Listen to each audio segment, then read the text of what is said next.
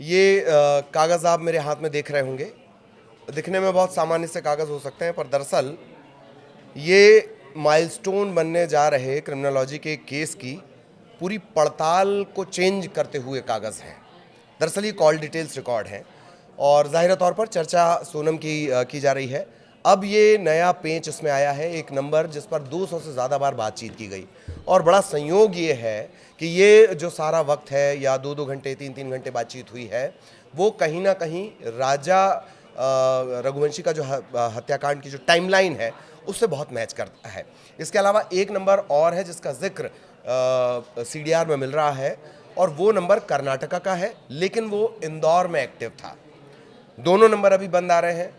नाम इसमें एक नंबर में संजय आता है, संजय नाम आता है, वो संजय ही है, कुछ और है, चूँकि ऐप के ज़रिए वो नाम ट्रेस किया गया। खैर, इस सीडीआर को लेकर ही ये पूरी चर्चा है, सोनम को लेकर ये इस वक्त की सबसे बड़ी ब्रेकिंग हम आपको बता रहे हैं। आखिर ये तीसरा किरदार कौन है जिसकी एंट्री हो गई है, इसे ही डिकोड करने की कोशिश करेंगे डिटेल में।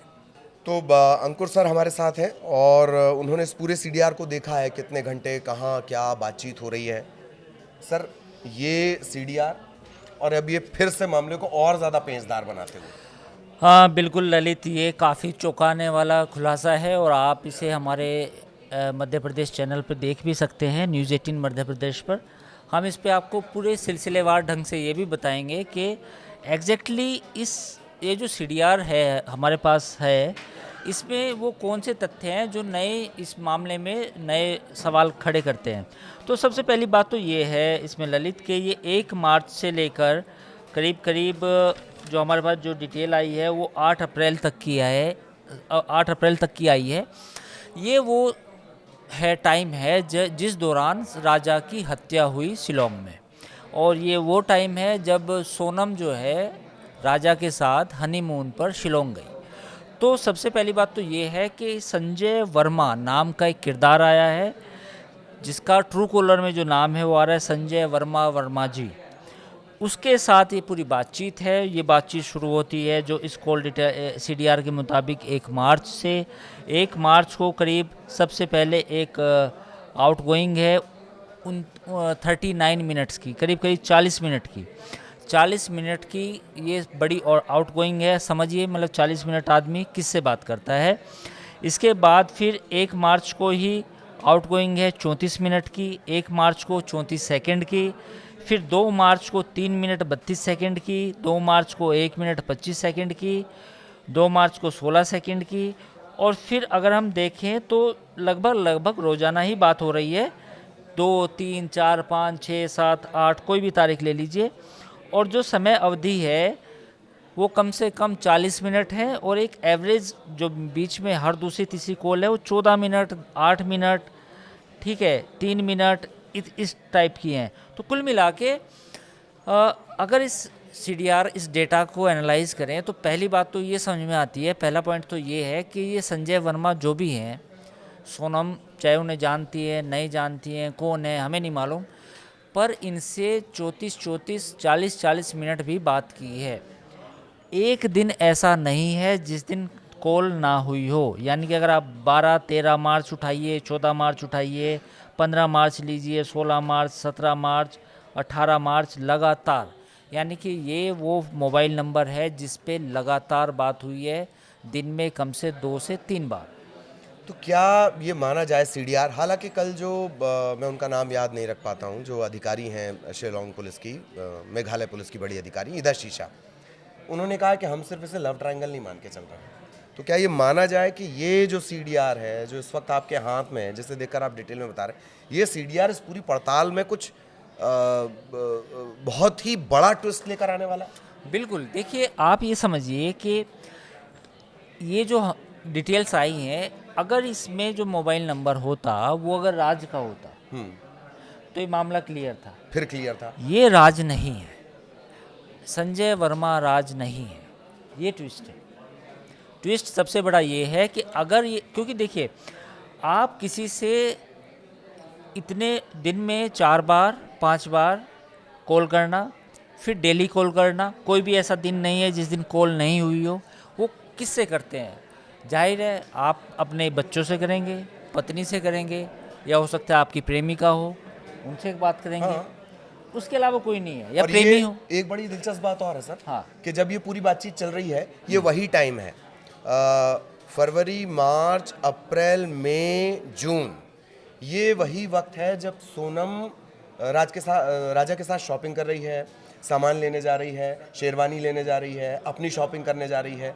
उस दौरान पैरेलल उसकी बातचीत भी चल रही है। ये बिल्कुल ललित, और इसमें सबसे बड़ा पॉइंट ये भी है कि जो सोनम की माँ थी, उसने न्यूज़ 18 को हमें बताया कि उसका फ़ोन लगातार बिजी जाता था। जब राजा फ़ोन करता था तो उसका फ़ोन बिजी जाता था।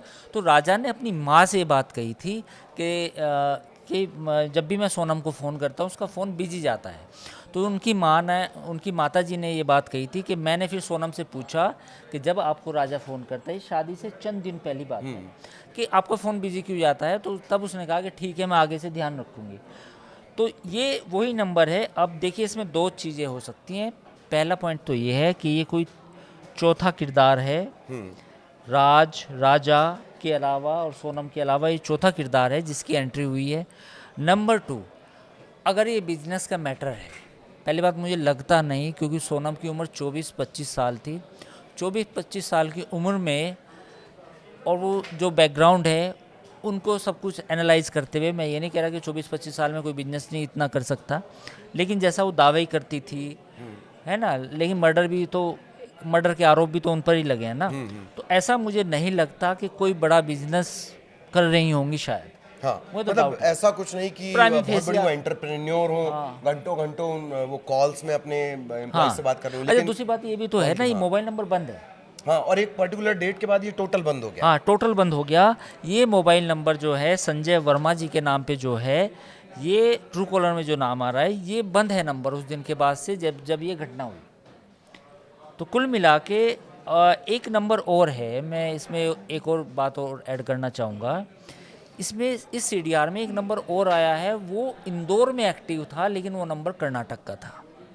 हाँ, हाँ, और उस नंबर को देखने से नंबर तो हम रिवील नहीं करना चाह रहे हैं, लेकिन नंबर के जो आखिरी आप देखेंगे सर, ये वीआईपी नंबर है और ये बड़े महंगे मिलते हैं। हाँ। जो सीरीज है, बिल्कुल। ट्राई सीरीज है, ये एक तरह की बड़े महंगे मिलते हैं ये हाँ, नंबर, बिल्कुल। खासतौर पर साउदर्न एरिया में।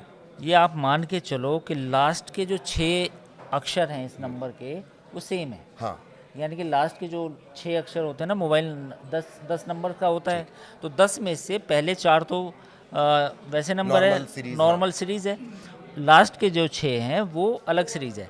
अच्छा, एक अपडेट और है इसमें, कि ये सवाल उठा कि क्या सोनम और राजा क्या सोनम हवाला कारोबार से जुड़ी थी? हाँ। क्योंकि वो जो 50,000 रुपये का जो दिए गए राज को, ट्रांजैक्शन है। हाँ, ट्रांजैक्शन जो है वो कहाँ से आए?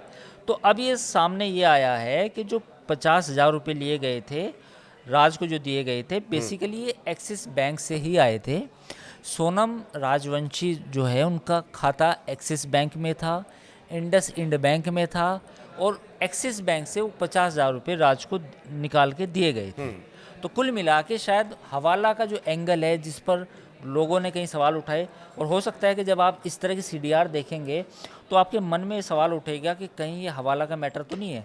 लेकिन अब ये बात साबित हो गई है कि हवाला नहीं, 2 बैंक अकाउंट थे, वहीं से 50,000 रुपये दिए गए, और ये मैटर हवाला का नहीं है, बिजनेस का भी नहीं लग रहा।